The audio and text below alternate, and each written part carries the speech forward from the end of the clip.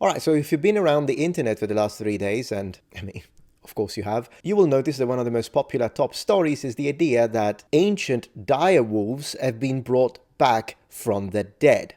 In other words, not only YouTube channels and TikTok accounts and whatnot have been speaking about this, but BBC News, ABC News, Time Magazine, CNN, USA Today, and yeah, the list goes on. Now, if you're not familiar with what the direwolf is exactly, I will leave a link to this fantastic article that I found and read through that explains and gives us context. So let's have a look. Direwolves are considered to be one of the most common and widespread large carnivores in the Pleistocene America, yet relatively little is known about their evolution or extinction. Here, to reconstruct the evolutionary history of direwolves, we sequenced 5 genomes from subfossils remains dating from 13,000 to more than 50,000 years ago. So in other words, what we're talking about is an ancient prehistoric animal that went extinct either 12 or 10,000 years ago, just like a lot of other prehistoric animals such as the, well, woolly mammoth.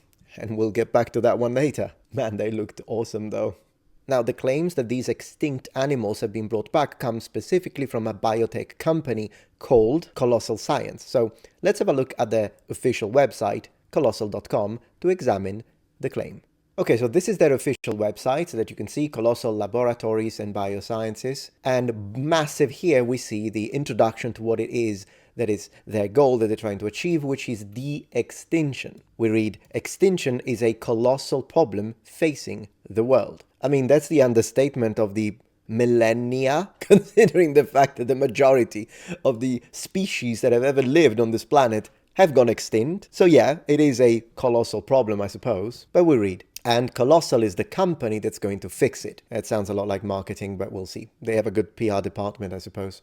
Combining the science of genetics with the business of discovery. I would like to underline this word here, because business, indeed, this is, since this company has received hundreds of millions of funding. Not that there is necessarily anything wrong with that. It's good when science gets funding, but it is important to underline that there is a lot of money involved in here, which can help us understand the nature of these claims. Now, of course, before we continue, for full transparency, I would like to underline that even though I am interested in the prehistoric period as one of the things that I'm interested in, even though I'm more of a history guy, prehistory is like before, but I am interested in it. I've studied the prehistoric period, although usually I study it more for the weapons and armor rather than the extinction of animals and how to bring them back using genomic sequencing and whatnot. But clearly, I'm not a geneticist. Now, given I have looked into what experts say before making this video, because I do know that people come here and do ask me because they know that I'm very thorough in my investigations. But I do want you to keep in mind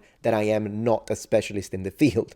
In fact, I don't know anything about genetics and the like. Still, I do believe that we can still pass judgment on whether or not the claim is appropriate. Continuing, business of discovery. We endeavor to jumpstart nature's ancestral heartbeat. Yeah, whoever is writing this is a pro. To see the woolly mammoth thunder upon tundra once again, to advance the economies of biology and healing through genetics, to make humanity more human, and to reawaken the lost wilds on Earth, so we and our planet can breathe easier. Interesting statistics is one of those things that I think we may have heard, all of us, either at school or maybe watching a documentary, but it's just one of those things that you never really think about, but when you do stop to think, it is mind-blowing. So according to leading scientists, 30,000 species per year on average are being driven to extinction, 6 per hour, 150 per day, up to 55,000 per year. That is insane. Now, obviously, this also includes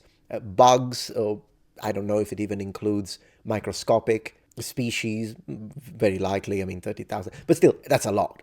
Every year. 6 per hour. So by the time I'm done with a Heroes of Might and Magic game, there are like 18 species that are gone. It's crazy. The World Animal Foundation predicts that up to 1/2 of all species could become extinct by 2050. Yeah, I don't know if I believe this one, to be honest. I think I looked into this one a little bit. Seems like they're overselling it. Like maybe not actually become extinct, but more likely, because it's just 25 years, it's more likely that there will be species that may face extinction. That's a different wording, and wording is indeed a problem as we continue investigating this. Then they continue to tell us about like amphibians, they tell us about both animal and plant species, which of course this is all important, and it's something, I mean, ecosphere, protection of the environment, all these things are important, 100%. Plus, this guy looks legit. Look at that beard. Yeah, look, it's even called a billion-dollar startup. So as I was saying, there's a lot of money involved, which is one of the reasons why I think,